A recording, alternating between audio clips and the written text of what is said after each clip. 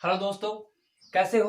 मेरा नाम मनीष शर्मा और आप देख रहे हैं यूट्यूब चैनल। ठीक है, यूट्यूब चैनल है ना।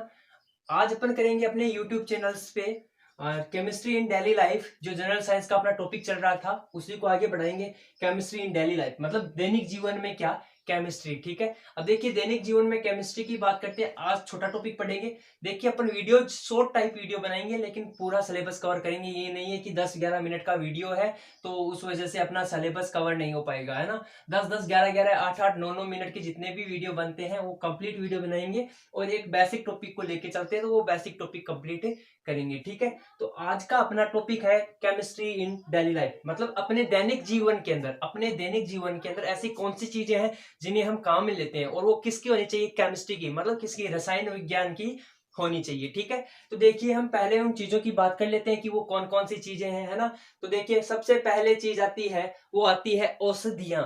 औषधि जानते हो सभी आप, है ना। जितनी भी औषधि होती है ना, वो सारी की सारी किसमें आती है, डेली लाइफ इन केमिस्ट्री या केमिस्ट्री इन डेली लाइफ में। ठीक है, किसमें, केमिस्ट्री इन डेली लाइफ में। एक नंबर पे आती है औषधियां, दो पे आती है कौन, साबुन।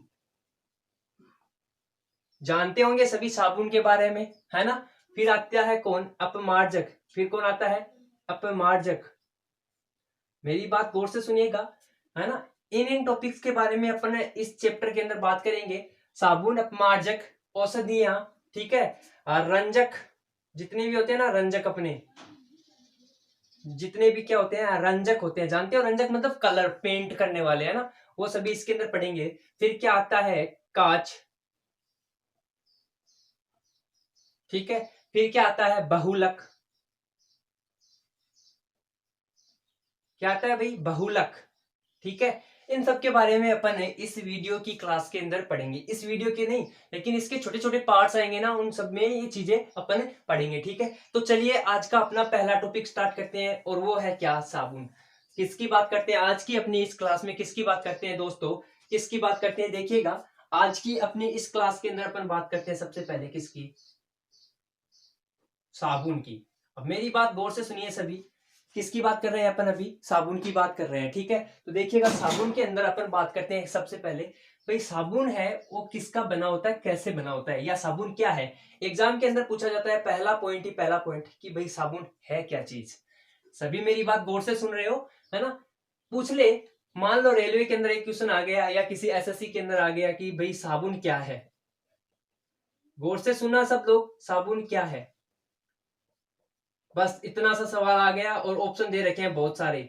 ऑप्शन तो बहुत सारे का मतलब कितने होते हैं, 4 ऑप्शन होते हैं ना। और 4 में से किसी एक में दिया हुआ होगा कोई नहीं, या उपयुक्त सभी जो भी है ना। तो देखिए पहली बात करते हैं साबुन खुद क्या चीज है ना। तो देखिएगा साबुन है वो क्या है, एक लंबी कार्बन श्रृंखला वाले, मेरी बात गौर से सुनना सभी। साबुन क्या है, लंबी कार्बन श्रृंखला वाले। अब कार्बन श्रृंखला वाले,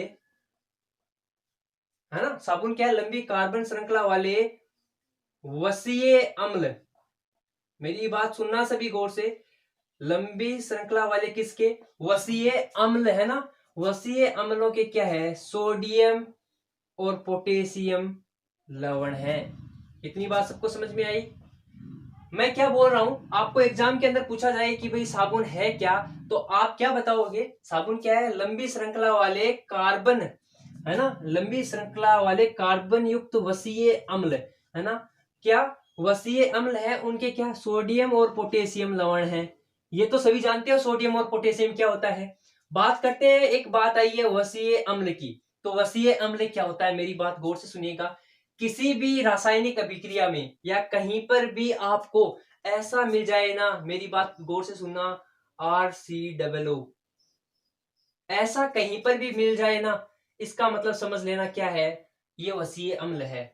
क्या है, वसीय अम्ल है। और आर का मतलब है यहाँ पर पीछे की तरफ क्या है, अनियमित का एक कार्बन है ना, मारवाड़ी बोले जी हाँ। मतलब क्या इसके अंदर आर का मतलब क्या, बहुत सारे पीछे की तरफ मैथिल एथिल जो भी समूह जुड़े हुए हैं वो है। ठीक है, और COO, है ना। ठीक है, ये कहीं पर भी आपको मिले इसका मतलब क्या है, ये क्या है, एक वसीय अम्ल है। इतनी बात सबको समझ में आई, यहाँ तक किसी भाई को कोई प्रॉब्लम नहीं होनी चाहिए।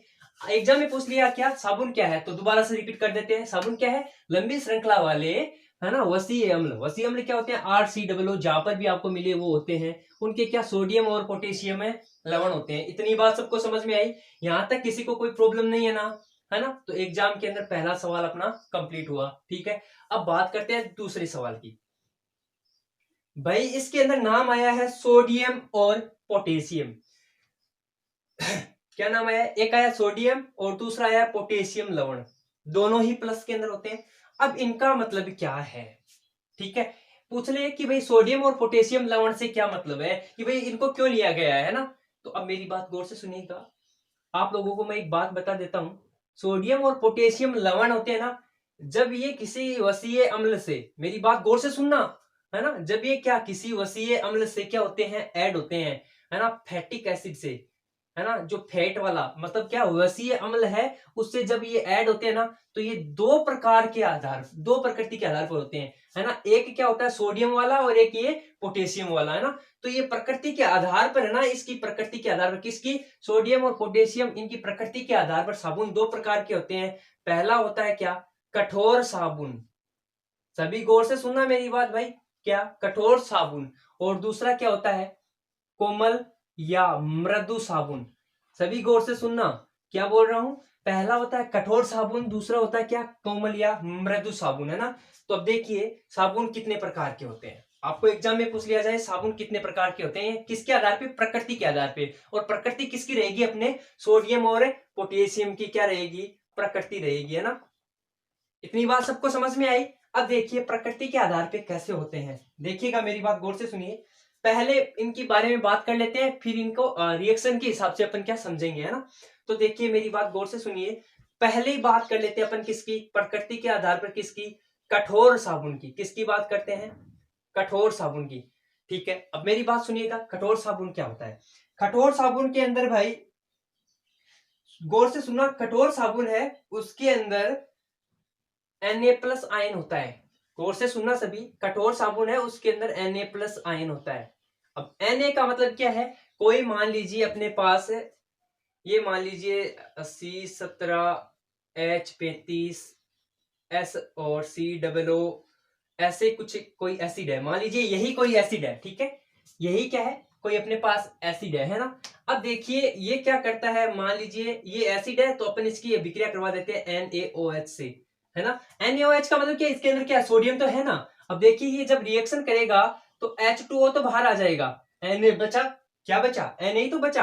अब Na बचा तो ये क्या बन जाएगा, C17H35 COONA। अब OO के ऊपर तो माइनस आता है और Na के ऊपर प्लस की एक आती है ना। ये क्या हो गया, एक कठोर साबुन हो गया।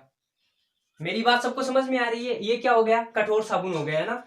तो पहली बात, कठोर साबुन क्या होते हैं, कठोर साबुन के अंदर कौन सा लवण पाया जाता है, Na+ लवण पाया जाता है ना, ठीक है। तो कठोर साबुन को अपन ऐसे लिख सकते हैं COONA, और इधर क्या, R। इतनी बात सबको समझ में आई। अब ये कठोर साबुन है, ये कैसे बनता है या इसका किस में उपयोग होता है ना। तो याद रखना, कठोर साबुन होती है ना, उसका उपयोग कपड़ा धोते हैं ना अपन, कपड़ा धोने वाले साबुन के रूप में होते हैं, है ना। जो कपड़ा धोने की साबुन होती है ना, वो होती है ना कपड़ा धोने में, मैं लिख देता हूं इसमें, कपड़ा धोने में।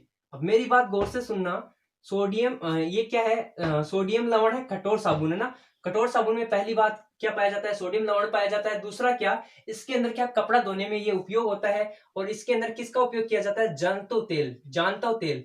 अब मेरी बात सुनना गौर से, जानतो तेल क्या होता है, जानतो तेल का मतलब जंतुओं से निकाला गया, है ना, ठीक है। ये हो गया अपना क्या, कठोर साबुन। मेरी बात गौर से सुनना सब लोग, कठोर साबुन की बात कर रहे हैं अपन। Na लवण होता है कठोर साबुन में, एग्जाम में पूछ लिया जाता है कि ये मान लीजिए आपको एक फॉर्मूला दे दिया RCOONA, ठीक है।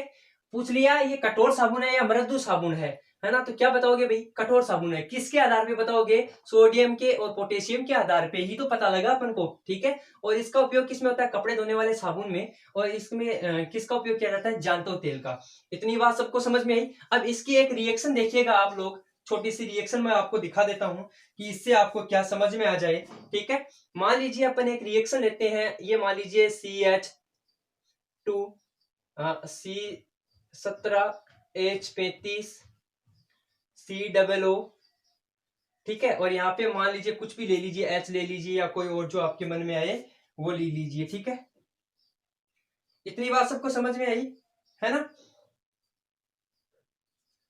ठीक है। अब आगे की या H ना लो तो भी चलेगा, ठीक है, ऐसे कर लो, है ना। अब इसके अंदर क्या आएगा, ये देखिए अपन इसको थोड़ा पढ़ के बड़ा करके पढ़ते हैं, है ना। C17H35 COO माइनस और CH2 C17H35 और COO माइनस। अब मान लीजिए अपन इसकी NaOH से अभिक्रिया करवा देते हैं, किसके साथ, 3NaOH से अभिक्रिया करवा देते हैं, है ना। तो अब देखिएगा आपको माइनस प्लस में तोड़ना आता होगा, नहीं आता है तो ये जब अपना टॉपिक कवर हो जाएगा उसके बाद अपन कर लेंगे। अब देखिए मेरी बात गौर से, Na प्लस में टूटेगा और OH किस में टूटेगा, माइनस में टूटेगा, ये टूट गया।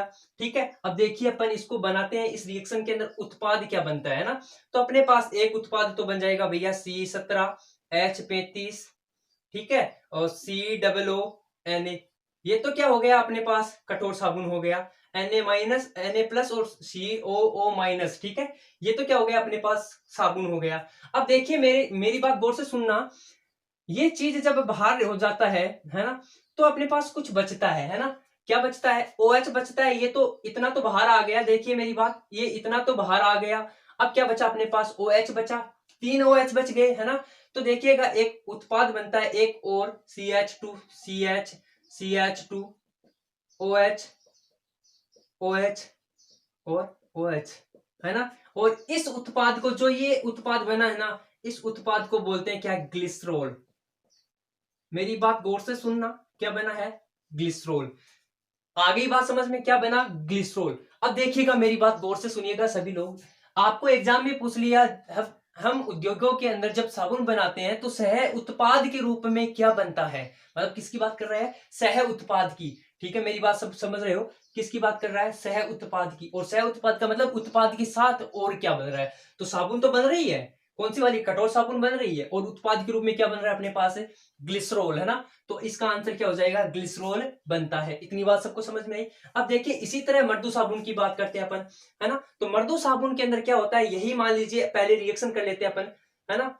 ये देखिए C17H35 COO माइनस, ठीक है, C17H35 COO माइनस और CH2 C17H35 COO माइनस, ठीक है। इसके अपन अभिक्रिया किसके साथ करवा देते हैं, 3KOH, है ना, मतलब किसके, पोटेशियम हाइड्रोक्साइड, है ना। अब देखिए इसके अंदर ही सेम क्या होगा, ये हो जाएगा, इसका उत्पाद क्या बन जाएगा, C17H35, है ना, और क्या बन जाएगा, COO माइनस और K प्लस। इतना तो बन गया अपने पास, इतना उत्पाद तो बन गया। अब देखिए एक उत्पाद और बनता है क्या, CH2OH CHOH और CH2OH, है ना। और इस उत्पाद को अपन क्या बोलते हैं, ग्लिसरॉल।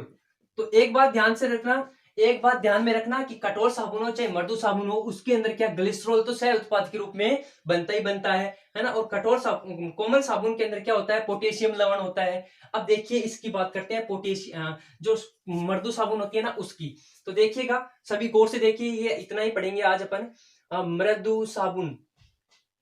ठीक है, मृदु साबुन को आराम से समझ लो भाई, किसी को कोई दिक्कत नहीं होनी चाहिए। मृदु साबुन क्या होता है भाई, मृदु साबुन होता है जिसके अंदर क्या हो, पोटेशियम लवण उत्पन्न हो, पोटेशियम लवण क्या हो, उपस्थित हो, है ना। तो इसका अपन फॉर्मूला नॉर्मल तरीके से ऐसे लिख सकते हैं, RCOO माइनस K प्लस। ठीक है, इतनी बात सबको समझ में आई। अब इसके अंदर किसके तेल का उपयोग किया जाता है, अरंडी के तेल का उपयोग किया जाता है ना। याद रखना, इस साबुन को बनाने के लिए किसके तेल का उपयोग किया जाता है, अरंडी के तेल का उपयोग किया जाता है। एग्जाम में पूछा जाता है कि अरंडी के तेल का उपयोग किया जाता है, तो किसके अंदर, मृदु साबुन के अंदर। ठीक है, इतनी बात सबको समझ में आई। अब एक चीज और रह जाती है छोटी सी, कि भाई मृदु साबुन का उपयोग अपन कहाँ पे करते हैं, है ना। तो याद रखना, जो सेविंग करते हैं ना अपन, सेविंग दाढ़ी बनाते हैं, और दाढ़ी वाली वो करीम सी आती है ना, उस करीम को अपन लगाते हैं तो वो झाग देती है, या नहाने वाली साबुन भी कई बार झाग देती है, वो ज्यादा, है ना। वो सभी साबुन जो झाग देती है वो क्या होती है, मृदु साबुन होती है। तो याद रखना, झाग देने वाली साबुन है वो क्या है, मृदु साबुन है, और जो झाग नहीं देती है वो क्या है, कोमल सॉरी क्या है, कठोर साबुन है। क्या है, कठोर साबुन। अगर आपको वीडियो अच्छा लगा तो वीडियो को शेयर कर दीजिए, और चैनल पे नए हो तो चैनल को सब्सक्राइब कर देना ना भूलें, ठीक है, जिससे क्या आपके पास नोटिफिकेशन टाइप पे पहुंचती रहे, ठीक है। आज अपन इतना ही करेंगे, आगे की वीडियो कल आएगा, ठीक है।